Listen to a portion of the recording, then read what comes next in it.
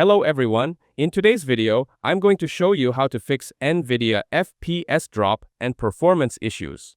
You need an updated NVIDIA drivers installed on your PC.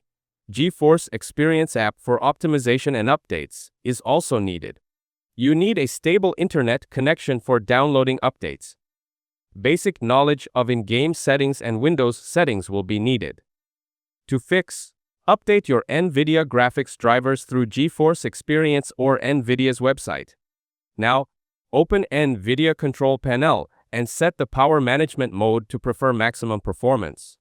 Lower in-game graphics settings like shadows, anti-aliasing, or resolution. Then, close background apps and processes that consume GPU or CPU resources. Overheating can cause FPS drops, so keep your GPU drivers and fans clean. Ensure Windows and DirectX are updated for better compatibility. Check for malware or unnecessary startup programs slowing down performance. Consider upgrading RAM or SSD if hardware bottlenecks persist. That's it.